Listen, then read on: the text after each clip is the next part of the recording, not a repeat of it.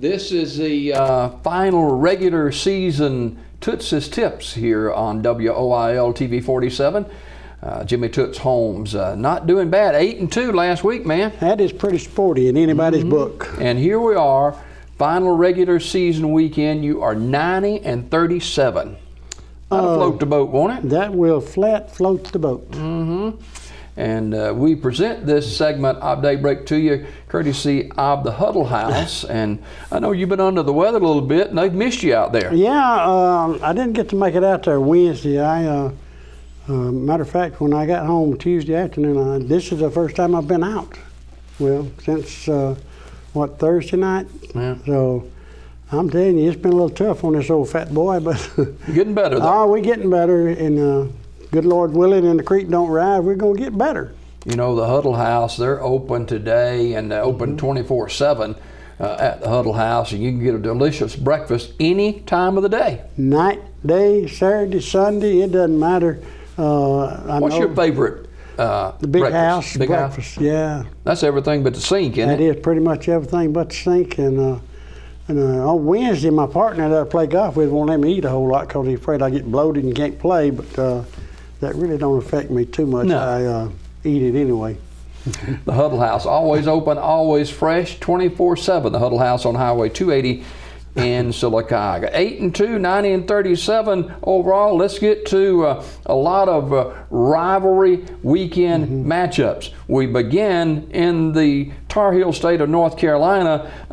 North Carolina hosting North Carolina State. Could be a real good football game, and I think if North Carolina wins, they win part of that division, and I think they got to win, and Virginia Tech's got to lose, and so it's going to be a pretty good football game. And North Carolina State, that's where Chiswick is it not? Yep, I think that's so. right. They've been playing pretty decent at times, but I'm going to tell you the Tar Heels got a lot to play for. Where is that game being played? It's in Chapel Hill. Chapel Hill. Okay, I think I'm going to go with the North Carolina Billy Goats. All right. Out in the Pacific Northwest, Pullman, Washington. Number 5, Washington, trying to get in that top 4. Yep. Travels to Pullman to take on the number 23 ranked Washington State University Cougars. And Fleeman, or whatever his name is, Leach, I believe. Leach, that's right. That guy is absolutely nuts. I read an article on him this week, and he just off the wall about everything. Well, he is, and I've watched some of his interviews, Jim, and he don't beat around the bush. He gets to the point and tells you what he thinks. Do you know that he walks to the university from his house? 3 miles there, 3 miles back, every day, no matter what the weather. And out in Washington, it can rain at any moment without a notice. And snow too. Yeah. So, but again, he got a lot to play for it. But you got to look at this picture. You got Alabama, Michigan, Ohio State, and Clemson. 2-3 play each other. Yep. Somebody's going to get disappointed. So Washington can get in. Will Washington slip in? Only if they can win the Apple Bowl against the Washington State Cougars. So you're taking the Huskies? I is taking the Huskies. All right. Could be the last game for Charlie Strong as Texas hosts TCU at Royal Texas Memorial Stadium. Oh, I'm going to tell you, I saw some of the little scrolls roll by last night about who was going to do what and who was going to go where and who was going to stay and who wasn't. Charlie Strong may be okay. The coach at Houston, they say he's accepted a deal to coach at LSU. LSU, the president says if that be the case and they lose him, they're going to keep Charlie Strong for another year. So we'll just have to wait till probably Saturday to figure out who's going where. Jimbo Fisher, for whatever reason, is out of the mix. But he also said that the coach from Houston was in the running for the job at Texas. So they said they've not made up his mind where he's going to go. I'm sure the almighty dollar will have a lot to do with where he goes. Well, if it's almighty dollar, he'll go to Texas because they got plenty of money there. They got plenty of money. But Jim, I don't know. I'm really concerned. I like the Longhorns to win the football game. I really do. The Horned Frogs have not played that well this year. At times they have, at times they hadn't. And Texas, you know, when you and I have talked at the first of the year when they beat Notre Dame, I thought, boy, this Charlie Strong's got them headed in the right direction. And then for whatever reason, they sort of just fell off the map, and they've come back and won a few lately. So again, we don't know. I like Charlie Strong. I hope he keeps his job. But I think the Texas Longhorn gets it done against the TCU Horned Frogs. Number 16, Nebraska, is in Iowa City to take on the Iowa Hawkeyes. And you know, I don't really have a lot of admiration for the Corn Shuckers. And but this time, I'm going to have to go with Nebraska. Okay.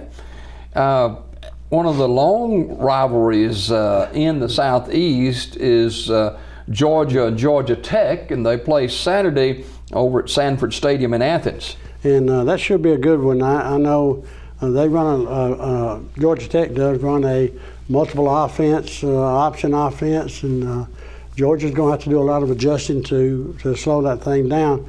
But I think Nick Chubb has already got back on the right track, and he's running the football quite well. You know, Georgia beat Auburn, to my disappointment. But anyway, at Sanford Stadium, it's hard to win over there. I like Kirby Smart and the Georgia Bulldogs. Kentucky and number 14 or number 11 Louisville. You know, Louisville stomped their toe against Houston a week or so ago, and they're out of the mix for the top four. They were hanging around there a long time, but they host Kentucky and at Papa John's Cardinal Stadium. Well, that's in Louisville, Kentucky, and I'm going to tell you, that stumble they had against the Houston Cougars, poor old Kentucky's going to pay dearly for it. So, so you don't think it'll be close, huh? I don't think so. One of the premier games in all of college football rivalry every year. They play in Columbus this year. Ohio State, ranked number 2, hosting the Wolverines of Michigan, ranked number 3. Well, I'm going to tell you, Jim Harbaugh's got the Wolverines playing quite well, but so does the Ohio State coaching staff. They got the Bucks playing pretty well. I think, just by it being at the Horseshoe in Columbus, Ohio, both teams has got a lot to play for. You know, both Michigan and Ohio State. The loser, you know, the winner's in. The winner's in. The loser, he going well next year. I mean, they're going to get a good bowl bid. Don't misunderstand me. But as far as the college playoff goes, the loser, he done. And I'm going to go with the Ohio State Buckeyes. All right, Buckeyes over Michigan. Back in the Southeastern Conference, Mississippi State University is at Ole Miss at Vaught Hemingway Stadium. Yeah, it's called the Egg Bowl. And I don't know, after I saw Mississippi State beat Texas A&M like they did, I don't know. They play well at times, and the times they do not play well.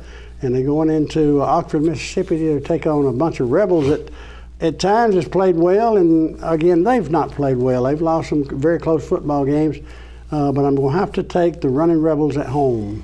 Okay, take Ole Miss. Michigan State, who would have thought that Michigan State would have the horrific season they've had? They end up at number 7, Penn State, and who would have thought Penn State would have had good years they've had? Well, nobody anticipated that, and I forget just the scenarios now. If Penn State beats Michigan State, which they should, and I think Michigan beats Ohio State, or Ohio State beats Michigan, whichever the scenario is, that would put Penn State in the championship game. I don't look for that to happen. I think Ohio State's going to take care of business, and I think going into Happy Valley, Penn State will take care of their end. Number 22, Utah, at number 9, Colorado. You know, the last time I had Colorado, I sort of shunned them a little bit. Boy, was that a grave mistake that I made. They playing pretty well. And are they in Boulder, Colorado? Mm-hmm. Ooh, I like the Buffs at home. Number 4, Clemson, hosting South Carolina. Clemson, a heavy favorite in this game. South Carolina's got 6 wins under Will Muschamp this season. Yeah, they're bowl eligible now, but they've not made many trips into places such as Death Valley and Clemson, South Carolina. And they'll leave there very disappointed. Muschamp, I think, has done a pretty good job over there. They got bowl eligible. I don't think you're going to see them in a major bowl. If for some reason they upset Clemson, maybe yes. But I can remember when Lou Holtz was at South Carolina, and boy, they had a brawl breakout. And this is a bit of rivalry in the state of South Carolina. But Dabo's done a pretty good job. I say a pretty good job. He's done an excellent job with the Clemson Tigers, and I think they'll win at home. All right, take Clemson over South Carolina. Florida State University at Doak Campbell Stadium. Number 14 Florida State hosts number 15 Florida. Well, I think the only thing Florida now has got left to play for is pride. Last week by them beating LSU in Baton Rouge, they have clinched the SEC East. They'll play Alabama next weekend over in Atlanta for the SEC championship. However, Jimbo Fisher got the Florida State Seminoles playing pretty well. They fell on some hard times. I know they went into Louisville, and Louisville just beat the brakes off of them. It's going to be an up and down football game. I'm going to go out on a limb, and I'm going to take the Florida State Seminoles at home. All right, Florida State over Florida. Tennessee at Vandy. Tennessee's got a lot to play for. I think they rank about number 17 in the country now. Vandy's playing pretty well. They are. And, they went into Sanford Stadium and beat Georgia. So, but again, Coach Butch Davis has got Tennessee playing as well as they can probably play, and I'll go with the Volunteers in Nashville, Tennessee. Number 12 USC, playing as good as anybody in the country now, hosts Notre Dame. And Notre Dame's making a long trip for nothing. And I don't say that to be the coach out there may be on the hot seat at Notre Dame. He's run off some kids, and some kids just quit. Well, they're having to give up 2 seasons of wins. Yeah. So, again, the night I saw USC play Alabama, I thought maybe they were just maybe a second-grade team. But now, since they've turned the tables over there, they playing pretty well. But Notre Dame, that little Irish guy, what's his name? Leprechaun. Yeah. He's going to come back to South Bend with a lot of tears in his eyes because USC will get it done in Los Angeles. Well, that's a way to keep your job, as they've done at USC. Southern Cal, they've come back from losing 3 games and won like 6 or 7 in a row. So take Southern Cal over Notre Dame. Saw the computer model this morning that had the projection of the score of the Alabama-Auburn Iron Bowl game, and it was Alabama by 23. You got the Iron Bowl at Bryant-Denny tomorrow at 2:30, Auburn and Alabama. I don't see 23 points. I thought it had failed at like 17 maybe, but Alabama's got a tremendous football team, and they're not weak at any position. You got a freshman quarterback playing like a senior. He throws the ball quite well, and he adds a new dimension to the Alabama offense they've not had lately, and that's he can run the football. Auburn, however, I don't think Alabama has faced a defense that they're going to face, and I'm talking about the up front guys. I think that Auburn will put a spy on Hurts. Auburn will try to stop the run. They'll cover all the wide receivers one-on-one, and they'll just dare Hurts to beat them in Tuscaloosa. Now, will it happen? I sure hope not. If it does, I won't be disappointed because that gives them another opportunity to bring a national championship to the state of Alabama. Coach Saban said that Alabama had to stop Auburn's running game. Well, they say Petway is healthy again. Kerryon Johnson is healthy. We don't know who's going to start at quarterback. We don't know who's going to play quarterback, whether it be Franklin, White, or Johnson. How important is that? Very, very important. I think Johnson played pretty well against Alabama A&M. He threw the ball well, but you take off the A&M and you got a different animal out there. Alabama, I still say Auburn's forte is to run the football. For them to have a chance to beat Alabama, they have got to run the football. Petway's got to have a great day. If White plays, he's got to throw the ball with a lot of accuracy, which he did not do against Georgia. So it's just a waiting game. If Franklin starts the ball game, I think that adds a little dimension to Alabama's got something else they got to prepare for, and that's him running the football off their option offense. Home field advantage worth a touchdown for the Tide? Yes, I think so, at least a touchdown. You know where my heart is. My head says it's probably not going to happen. Alabama's got a lot to play for, another national championship in the wings. I'm going to take Alabama in a close one. Auburn's got an outside chance of going to the Sugar Bowl. Yes, they do, if they beat Alabama. You know, Jim, you're going to have probably one of the SEC schools in the Sugar Bowl with possibly 4 losses. Yeah. I know. Could be Tennessee. Could be Tennessee.